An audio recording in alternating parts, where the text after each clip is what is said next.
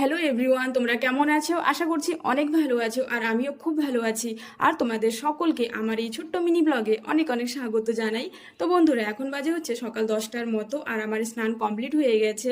আর হ্যাঁ, আমি নিজের নিয়মটা একটু চেঞ্জ করে নিয়েছি। আগে যেমন দুপুরে রান্না বান্না কমপ্লিট করে স্নান করতাম, আর এখন হচ্ছে সকাল সকালে স্নান করে নিই। আর সকালে স্নান করে কি যে শান্তি, মাইন্ড একদম পজিটিভ হয়ে যায়, খুবই ভালো লাগে।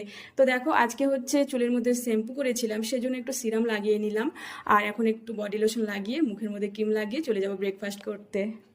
তো আজকের ব্রেকফাস্টে বানিয়েছিলাম ঘুগনি আর পরোটা।